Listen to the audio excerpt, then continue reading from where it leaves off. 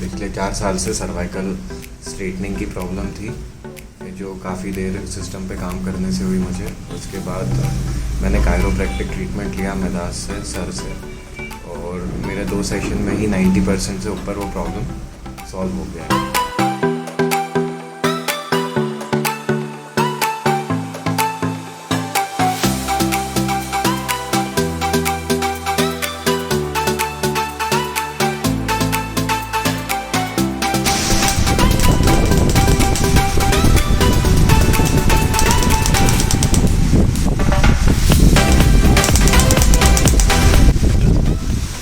मैं रिकमेंड करूँगा किसी को भी, अगर स्पाइन रिलेटेड या सर्वाइकल रिलेटेड कोई भी प्रॉब्लम हो तो वो प्लीज़ सर से कंसल्ट करें।